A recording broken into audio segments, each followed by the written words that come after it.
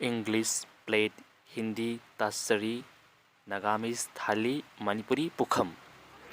Spoon, chamas, samus, chamas. Fire, आग, जीवी, मई. Soap, sabun, sabun, sapon. Bowl, silana, bati, batin. Potato, alu, alu, alu. Tomato, tamatar, tamatar, khamil asinbi. Chili, mers, marcha, morok. Onion, pyaz, payas, tilhau. Garlic, lasun, lasun, chanam. Ginger, adarak, adwa, sing. Rice, chawan, bat, chap. Curry, sabji, sobji, yensang.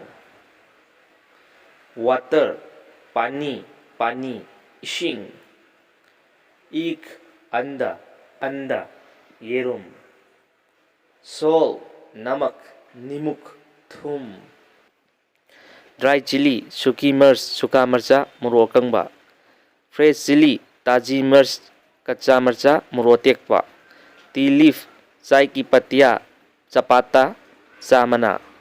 Brinjan, bengal, bengul, khamen barwashi. Meats, mirs, mongsho, sa.